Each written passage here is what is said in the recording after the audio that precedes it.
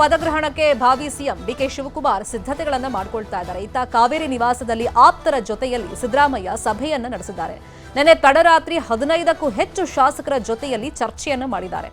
Satish Jarkiholi, Mahadevappa, Byrathi Suresh, George, H K. Patil, Zameer Ahmed ಜೊತೆಯಲ್ಲಿ ಚರ್ಚೆಯನ್ನ ಮಾಡಿದ್ದಾರೆ. ಪದಗ್ರಹಣಕ್ಕೆ ಒಂದ್ ಕಡೆ ಡಿಕೆ ಶಿವಕುಮಾರ್ ಅವರು ತಯಾರಿಗಳನ್ನ ಮಾಡಿಕೊಳ್ತಾ ಇದ್ದಾರೆ. ಬಹುತೇಕ ಜೂನ್ 3ನೇ ತಾರೀಕೆ ಡಿಕೆ ಶಿವಕುಮಾರ್ ಪದಗ್ರಹಣ ಫಿಕ್ಸ್ ಅಂತ ಹೇಳಲಾಗ್ತಾ ಇದೆ. ಲೋಕಭವನದಲ್ಲೇ ಡಿಕೆಶಿ ಪದಗ್ರಹಣ ಕಾರ್ಯಕ್ರಮ ನಡೆಯುತ್ತೆ ಅನ್ನೋ ಮಾಹಿತಿ ಲಭ್ಯವಾಗಿದೆ. ಜೂನ್ 3ನೇ ತಾರೀಕು ಸಂಜೆ 4 ಗಂಟೆಗೆ ಡಿಕೆ ಶಿವಕುಮಾರ್ ಪ್ರಮಾಣ ವಚನವನ್ನ ಸ್ವೀಕಾರ ಮಾಡ್ತಾರೆ. ಕರ್ನಾಟಕ ರಾಜ್ಯದ ಮುಖ್ಯಮಂತ್ರಿಗಳಾಗಿ ಡಿಕೆ ಶಿವಕುಮಾರ್ ಜೊತೆಯಲ್ಲಿ ಸುಮಾರು 8ರಿಂದ 10 ಸಚಿವರು ಪ್ರಮಾಣ ವಚನ ಸ್ವೀಕಾರ ಮಾಡ್ತಾರೆ.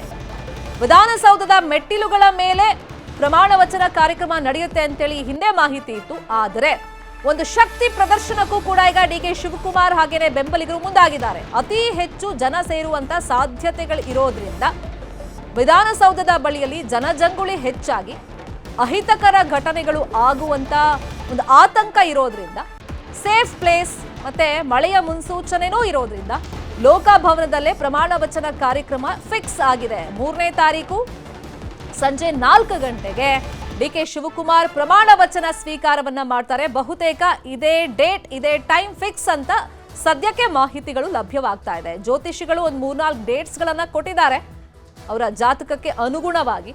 ಅಂದ್ರೆ 3ನೇ ತಾರೀಕು ಎಲ್ಲ ಲಭ್ಯತೆಗಳನ್ನು ನೋಡ್ಕೊಳ್ಬೇಕಲ್ಲ, ಯಾಕಂದ್ರೆ ರಾಜ್ಯಪಾಲರು ಬೆಂಗಳೂರಲ್ಲಿ ಇರಬೇಕಾಗುತ್ತೆ.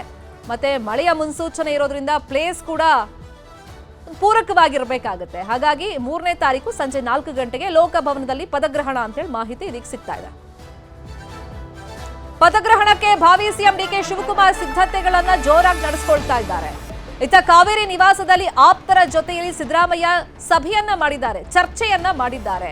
ನಿನ್ನೆ ತಡರಾತ್ರಿ 15ಕ್ಕೂ ಹೆಚ್ಚು ಶಾಸಕರ ಜೊತೆಯಲ್ಲಿ ಚರ್ಚೆಯನ್ನ ಮಾಡಿದ್ದಾರೆ. ಪ್ರಮುಖವಾಗಿ Satish Jarkiholi, Mahadevappa, Byrathi Suresh, K J George, H K. Patil, Zameer Ahmed ಜೊತೆಯಲ್ಲಿ ಚರ್ಚೆಯನ್ನ ಮಾಡಿದ್ದಾರೆ. ಕೋರ್ ಕಮಿಟಿ ರಚನೆ ಬಗ್ಗೆ ಹೈಕಮಾಂಡ್ ಒಲವನ್ನ ತೋರಿದೆಯಂತೆ. ಸಿದ್ದರಾಮಯ್ಯ ಅಧ್ಯಕ್ಷತೆಯಲ್ಲೇ ಕೋರ್ ಕಮಿಟಿಗೆ ಪ್ಲಾನಿಂಗ್ ಆಗಿದೆಯಂತೆ. ಹೈಕಮಾಂಡ್ ಅಂಗಳದಲ್ಲಿ ಕೋರ್ ಕಮಿಟಿ ಬಗ್ಗೆ ಚರ್ಚೆಗಳು ನಡೀತಾ ಇದೆ. ಕೋರ್ ಕಮಿಟಿ ರಚಿಸಿ ಪ್ರಮುಖ ತೀರ್ಮಾನಗಳ ಚರ್ಚೆಗೆ ಪ್ಲಾನ್ ಅನ್ನ ಮಾಡ್ಕೊಳ್ತಾ ಇದ್ದಾರೆ. ಸುಮಾರು 10 ಜನರ ಕೋರ್ ಕಮಿಟಿ ರಚನೆ ಬಗ್ಗೆ ಹೈಕಮಾಂಡ್ ಚರ್ಚೆಯನ್ನ ಮಾಡ್ತಾ ಇದೆಯಾ ಅಂತಂದ್ರೆ ಸಿದ್ದರಾಮಯ್ಯ ಅವರ ಅಧ್ಯಕ್ಷತೆಯಲ್ಲೇ ಕೋರ್ ಕಮಿಟಿ ರಚನೆ ಆಗುತ್ತೆ. ಡಿಕೆ ಶಿವಕುಮಾರ್ ಸಿಎಂ ಆದ್ರೂ ಕೂಡ ಅವ್ರ ಮೇಲೆ ಸಿದ್ದರಾಮಯ್ಯ ಇರೋ ಬಗ್ಗೆ ಈಗ ಕಾಂಗ್ರೆಸ್ ಅಲ್ಲಿ ಚರ್ಚೆಗಳು ನಡೀತಾ ಇದೆ. ಕೋರ್ ಕಮಿಟಿ ರಚಿಸಿ ಪ್ರಮುಖ ತೀರ್ಮಾನಗಳ ಚರ್ಚೆಗೆ ಪ್ಲಾನ್ ಅನ್ನ ಮಾಡಿಕೊಳ್ಳಲಾಗ್ತದೆ. ಒಂದ್ ಕಡೆ ಸಿದ್ದರಾಮಯ್ಯ ಅವರ ಸೈಲೆನ್ಸ್ ಬಗ್ಗೆನೂ ಕೂಡ ಚರ್ಚೆಗಳು ನಡೀತಾ ಇದೆ.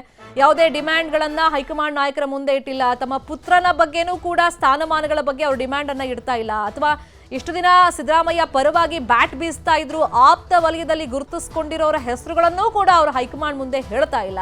ನಿಮ್ಗೇನ್ ತೋಚುತ್ತೆ, ನಿಮ್ಗೇನ್ ಇಷ್ಟ ಬರುತ್ತೆ ಅದನ್ನು ಮಾಡಿ ಅಂತೇಳಿ ವರಿಷ್ಠರ ಮುಂದೆ ಅವರು ಅಷ್ಟೇ ಹೇಳಿರೋದು.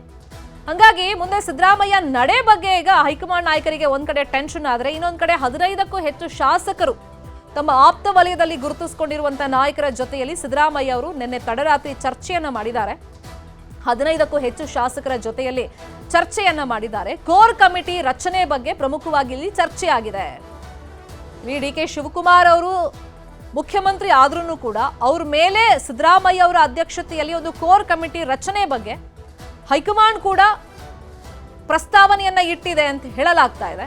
ಈ ನಿಟ್ಟಲ್ಲಿ ತಮ್ಮ ಆಪ್ತರ ಜೊತೆಯಲ್ಲಿ 15ಕ್ಕೂ ಹೆಚ್ಚು ಶಾಸಕರ ಜೊತೆಯಲ್ಲಿ ನಿನ್ನೆ ತಡರಾತ್ರಿ ಸಿದ್ದರಾಮಯ್ಯ ಅವರು ಚರ್ಚೆಯನ್ನ ಮಾಡಿದ್ದಾರೆ. ಈಗ ಹೈಕಮಾಂಡ್ ಅಲ್ಟಿಮೇಟ್ ಆಗಿ ಈ ವಿಷಯವಾಗಿ, ಕೋರ್ ಕಮಿಟಿ ವಿಷಯವಾಗಿ ಯಾವ ತರ ನಿರ್ಧಾರವನ್ನ ಕೈಗೊಳ್ಳುತ್ತೆ ಅನ್ನೋದನ್ನ ನೋಡ್ಬೇಕಾಗುತ್ತೆ. ಇದಕ್ಕೆ ಡಿಕೆ ಶಿವಕುಮಾರ್ ಅವರ ಒಪ್ಪಿಗೆಯನ್ನ ಏನಾದ್ರೂ ಹೈಕಮಾಂಡ್ ಕೇಳುತ್ತಾ, ಅಭಿಪ್ರಾಯವನ್ನ ಕೇಳುತ್ತಾ? ಅಂದ್ರೆ ತಮ್ಮ ಮೇಲೆ ಒಂದು ಕೋರ್ ಕಮಿಟಿಯನ್ನ ರಚನೆ ಮಾಡೋದು, ಸಿದ್ದರಾಮಯ್ಯ ಅವ್ರನ್ನ ಕೂರಿಸೋ ವಿಷಯವಾಗಿ ಡಿಕೆ ಶಿವಕುಮಾರ್ ಅಭಿಪ್ರಾಯದ ಬಗ್ಗೆನೂ ಕೂಡ ಇವಾಗ ಚರ್ಚೆಗಳಂತೂ ನಡೀತಾ ಇದೆ. ಇದೇ ವಿಚಾರವಾಗಿ ಇನ್ನಷ್ಟು ಡೀಟೇಲ್ ಆಗಿ ಇನ್ಫಾರ್ಮೇಶನ್ ಅನ್ನ ಕೊಡ್ತಾ ಹೋಗೋದಕ್ಕೆ ನೇರ ಸಂಪರ್ಕದಲ್ಲಿ ಕನೆಕ್ಟ್ ಆಗಿದ್ದಾರೆ ನಮ್ಮ political bureau reporter Krishna.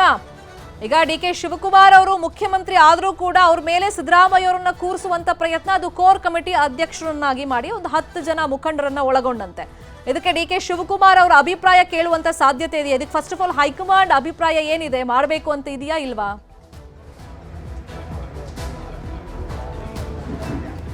Sharmita, D K Shivakumar ಒಂದು ತಂತ್ರಗಾರಿಕೆಯನ್ನು ಮಾಡಿದರು. ಅಂದರೆ CM ಸಿದ್ದರಾಮಯ್ಯವ್ರನ್ನ ರಾಜ್ಯ ರಾಜಕಾರಣದಿಂದ ರಾಷ್ಟ್ರ ರಾಜಕಾರಣ ಕಳಿಸಬೇಕು, ರಾಜ್ಯಸಭೆಗೆ ಅವ್ರನ್ನ ಕಳಿಸಬೇಕು ಅಂತ ಕೂಡ ತಂತ್ರಗಾರಿಕೆಯನ್ನು ಮಾಡಿದರು. ಈ ಒಂದು ವಿಚಾರವನ್ನು ಕೂಡ ಈಗಾಗಲೇ ಹೈಕಮಾಂಡ್ ನಾಯಕರು ಕೂಡ ತಿಳಿಸಿದರು. ರಾಹುಲ್ ಗಾಂಧಿ ಅವರು ಸ್ವತಃ ಸಿದ್ದರಾಮಯ್ಯ ಕೂಡ ಹೇಳಿದರು, ನೀವು ರಾಜ್ಯಸಭೆಗೆ ಬಂದ್ಬಿಡಿ ಅಂತ. ಈಗ ಸಿದ್ದರಾಮಯ್ಯ ಒಂದು ರೀತಿ ನಯವಾಗಿ ನಿರಾಕರಣೆ ಮಾಡಿದ್ದಾರೆ, ನನ್ನ ರಾಜ್ಯಸಭೆಗೆ ಬರೋದಿಲ್ಲ ಅನ್ನೋ ಮಾತನ್ನು. ಈಗ CM ಸಿದ್ದರಾಮಯ್ಯ ಮುಂದಿನ ನಡೆ ಏನಿರುತ್ತೆ ಅನ್ನೋದು ಈಗಿರ್ತಕ್ಕಂಥ ಕೂದಲ್ಲ.